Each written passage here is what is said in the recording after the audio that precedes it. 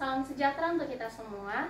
Perkenalkan, saya Imelda Aniolanda Marbun, mahasiswa PPG Prajabatan gelombang kedua tahun 2023 dari Universitas Muhammadiyah Sumatera Utara. Tahukah Anda perjalanan pendidikan nasional dari sebelum hingga setelah kemerdekaan? Ini merupakan peta konsep perjalanan pendidikan nasional dari sebelum hingga setelah kemerdekaan. Sebelum kemerdekaan, di mana sebelum kemerdekaan masyarakat hidup sengsara, tidak semua rakyat mendapat pendidikan, dan rakyat juga tidak bisa menjalankan haknya sebagai manusia. Tahun 1854, bupati-bupati mendirikan pendidikan sekolah yang hanya ditujukan kepada calon-calon pegawai.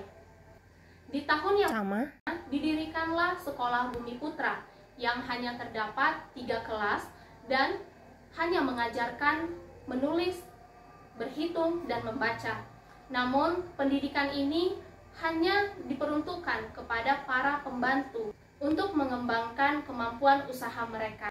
Pendidikan yang diberikan oleh Hindia Belanda ini hanya untuk kepentingan kolonial saja, tidak disesuaikan dengan jiwa raga bangsa, melainkan mendidik manusia tergantung pada nasib dan membuat manusia bersikap pasif, sehingga pendidikan kolonial ini tidak dapat menjadikan rakyat menjadi manusia yang merdeka.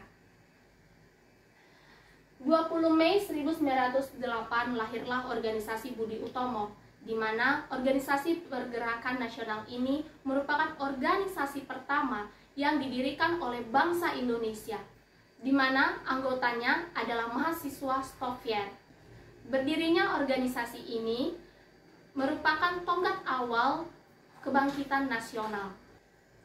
Tahun 1912, R.A. Kartini berjuang melepaskan belenggu kaum wanita agar mengangkat kedudukan dan derajat kaum wanita. Di tahun 1920, lahirlah cita-cita baru yang memimpikan perubahan radikal dalam pendidikan dan pengajaran, di mana Ki Hajar Dewantara bertekad untuk memperluas semangat pendidikan pada generasi muda. Di tahun 1922, Ki Hajar Dewantara mendirikan Taman Siswa di Yogyakarta. Ini merupakan gerbang emas kemerdekaan dan kebebasan budaya bangsa.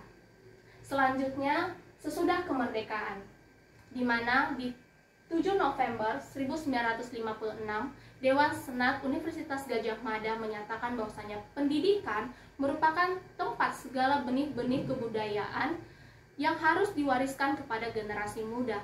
Selanjutnya, pendidikan yang membelenggu, di mana pada pendidikan ini guru hanya terfokus dalam mengajar, tidak menyesuaikan dengan kebutuhan peserta didik. Kedua, guru lebih mementingkan hasil dibanding proses. Dan ketiga, dalam pembelajaran masih terpusat kepada guru. Selanjutnya, pendidikan kurikulum merdeka. Pendidikan saat ini menerapkan prinsip merdeka belajar seperti halnya pendapat Ki Hajar Dewantara, di mana merdeka belajar yang menjadi gagasan dari Menteri Pendidikan dan Kebudayaan tersebut sejalan dengan pemikiran Ki Hajar Dewantara mengenai pendidikan yang seharusnya terselenggara di Indonesia. Dengan demikian, sebagai calon guru profesional harus terus memperjuangkan pendidikan yang dapat memerdekakan peserta didik, dengan selalu memegang prinsip Ki Hajar Dewantara.